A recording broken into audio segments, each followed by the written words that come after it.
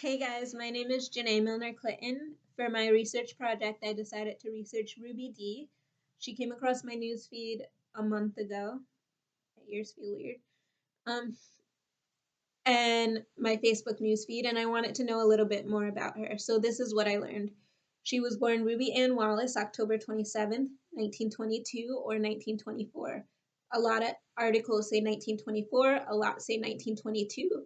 So I'm not exactly sure what year because a lot of people wrote different years, but it was either 1922 or 1924. Um, she was an actress, an activist, a writer, and a poet. Uh, from a very young age, she wanted to be an actress, and in high school, she asked to be in a play, and her teacher said, "You know what? I'm sorry, but there's no characters who are maids. There's no characters who look like you." So, from a very young age, Ruby realized that her race was going to be an issue going into this industry. And she decided that she would only do theater that looked like her, that sounded like her. Basically, what W.E.B. Du Bois said is what she decided. And then later on, someone questioned her and was like, Ruby, you're limiting yourself on roles if you only do Black roles. So she was like, you know what, you're right. I'm going to do whatever I can do, whatever roles I get. However, I'm going to make sure the roles that I do get are important, and that they have a good meaning behind them. So after high school, she went to college, she got further training. By 1943, she was on Broadway. She made her first appearance in South Pacific. Then she was in a whole bunch of other plays after that, some understudying, some lead roles, some small roles. Then by 1959, she got to develop Ruth's character in A Raisin in the Sun. 2 years later, she was in the movie. So that was awesome for her. And then in 1961, her husband, who she had met a few years earlier in the play Jeb, and fell in love with and married. Her husband, Ossie Davis, in 1961 wrote a play that he starred in called Pearly Victorious, and Ruby wanted to be in the play. Well, Ossie made Ruby audition for the play, so she thought that was funny. So I thought that was funny and decided to share that with you guys. Moving on, in 1999, she wrote her own play and starred in her own play. It's called My One Good Nerve. Um, so she did a lot of theater, and then with theater she did a lot of film also. Um, but she also did a lot of protesting, and her husband was alongside of her protesting.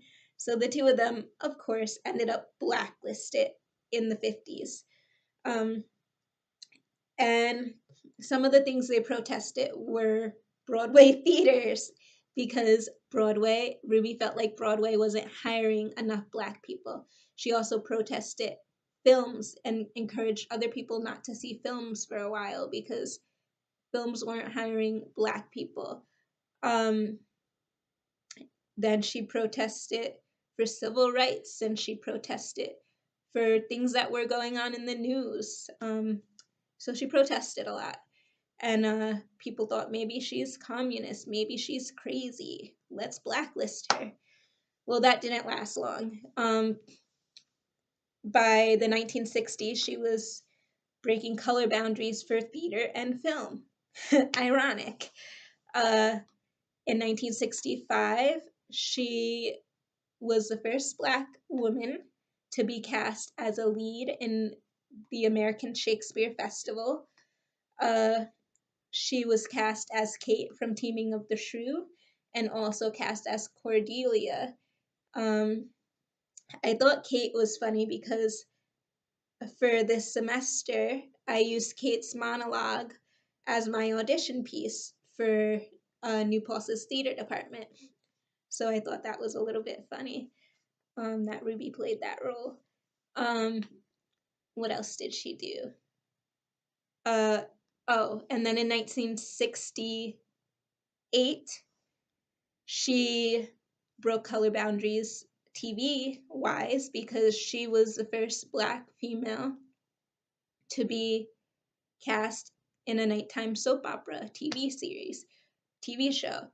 Um, and I thought that was awesome. And I thought I was like, whoa, my family owes a thank you to her because my cousin Sharita, this is a side note, was just in Days of Our Lives a month ago.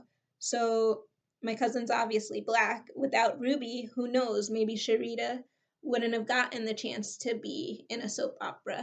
So thank you, Ruby D. Um, Ruby was close friends with Malcolm X and Martin Luther King Jr. She emceed at the March on Washington. Her and her husband emceed.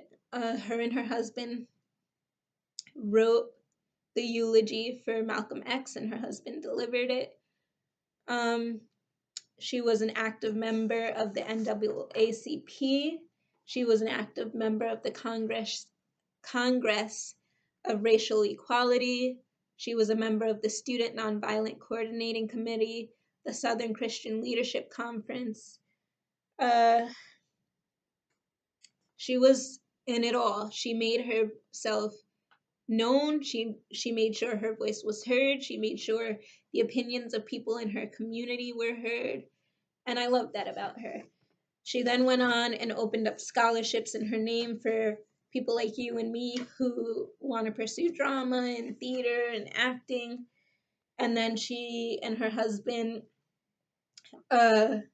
created the Coalition of Theaters of Color, which addresses inequality of funding to underfunded theaters of color, so that they won't be underfunded, basically.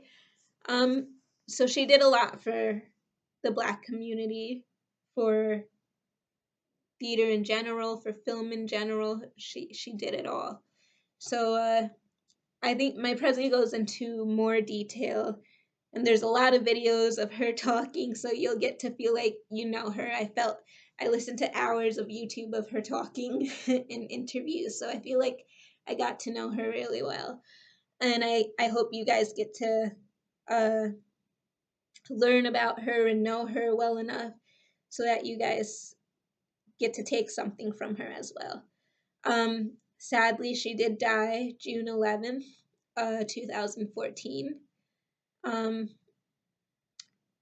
But she made her time here worth it. So this video is way, way over 2 minutes. So you guys could learn more in my Prezi.